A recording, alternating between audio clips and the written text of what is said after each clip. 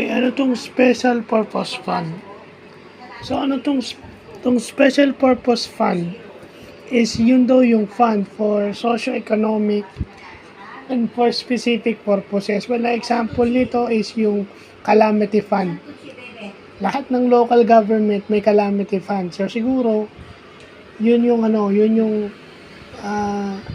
if ever tinamaan sila ng natural disaster o calamity, yun ang pondong gagamitin nila. Okay? Yun din daw ang mga fund na kailangan ng special allotment release order. So, butit natututunan natin yan, yung mga ganyan. Kasi maghahanap na ako ng format yan, then may paggagamitan tayo.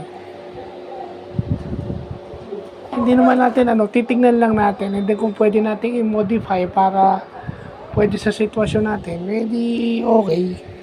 Pero importante, basta gumagaya tayo sa tama, hindi tayo gumagaya sa mali.